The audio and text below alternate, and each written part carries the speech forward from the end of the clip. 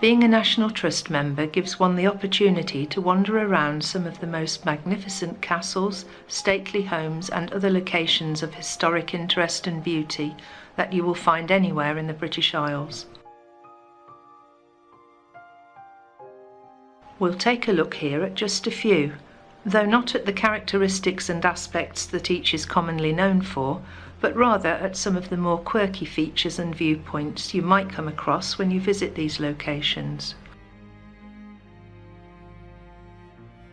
The Trust describes itself as a charity that works to preserve and protect historic places and spaces, forever, for everyone.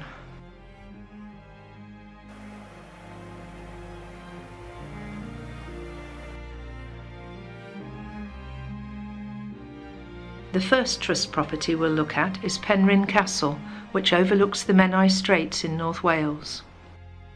It's doubtful whether anyone visiting the castle for the first time would ever be prepared for what's on display here, in the castle's old stable block. When the castle was bequeathed to the National Trust in 1951, a small museum of industrial railway engines, including originals from the nearby Penrhyn Quarry Railway and the Dinorwig Railway, was created here in the castle. The first thing one notices about this relatively small but nonetheless amazing collection of old railway engines is how pristine a condition they're all in.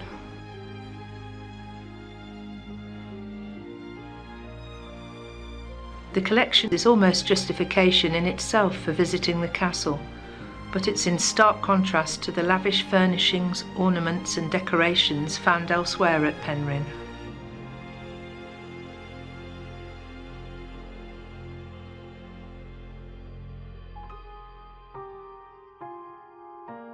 Two unusual incidents occurred during a visit to Packwood House in Warwickshire. Besides being a beautiful house, Packwood also has some beautiful gardens to enjoy, complete with a large collection of massive yew trees, and this was where the sound of light cutting machinery could be heard.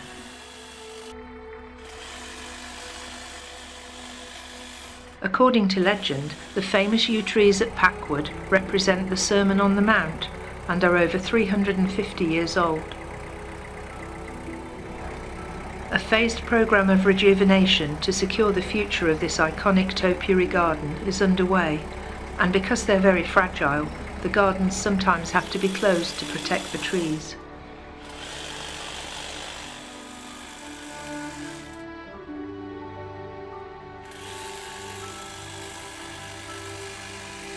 Packwood's famous yew garden, laid out in the mid-17th century by the lawyer John Featherstone, is probably one of the largest collections of its type in the world, with some of the trees being over 50 feet tall.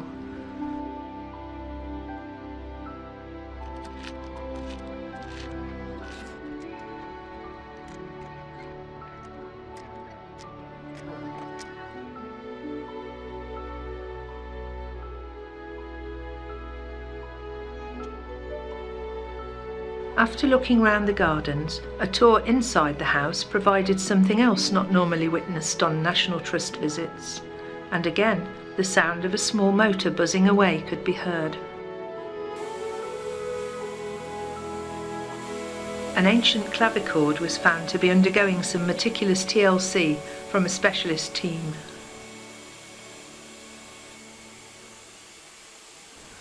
Keeping all artifacts and buildings in good condition is a never-ending task. These unconventional bathroom taps have certainly had their fair share of polish.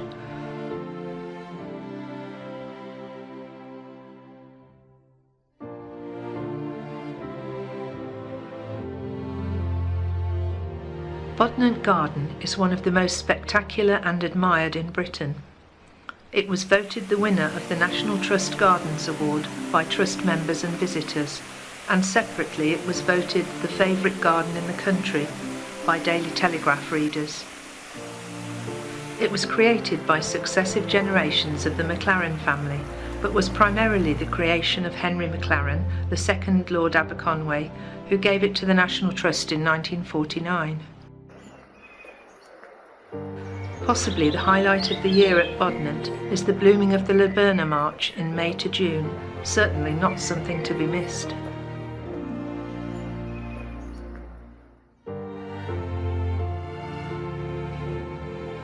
One of the finest Gothic revival houses, built in the lush landscape of mid-Devon, Knightshays Court is a rare example of the work of the eccentric and inspired architect William Burgess. The house is an exciting architectural experience with extraordinary medieval romantic interiors and rich decoration, though to say that Knightshays has unconventional interior decoration is rather an understatement, especially when referring to the ceilings in most of the rooms.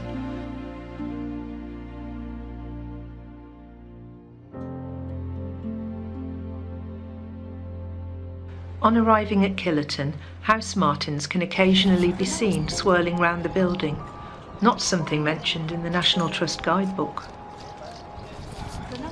A stroll around the gardens reveals a wooden hut with a thatched roof.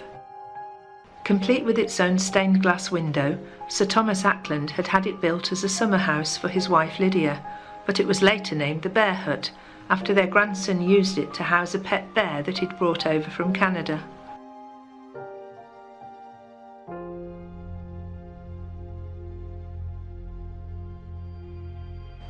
National Trust properties contain wonderful pieces of furniture, stunning ceramics, silver and other artefacts, but Dunster Castle's wonderful craftsmanship is a sight to behold. How long it took craftsmen to perfect the stunning carved woodwork and spectacular ornate ceilings is anyone's guess, and we can only marvel now at their incredible skill.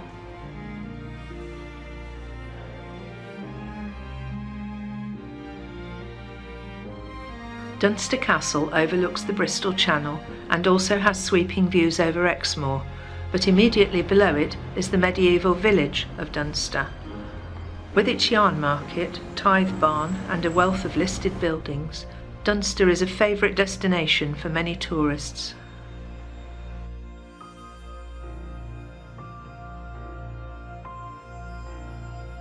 Finally, much of Baddesley Clinton Manor House in Warwickshire, as seen by visitors today, was built by lawyer Henry Ferrers in the late 1500s. Additions he made include stained glass windows featuring the family's coat of arms, most of which display 7 diamonds or mascals, which heraldically denote chainmail. The diamonds also appear in many rooms of the house, as well as being cut into the lawn at the house entrance. Described as a Tudor refuge and a sanctuary for the Ferrers family, Baddesley Clinton is also where, in the 1590s, persecuted Catholics were concealed from priest hunters in secret hiding places.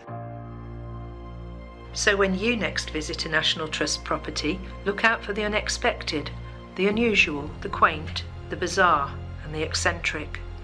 There's more to the National Trust than meets the eye.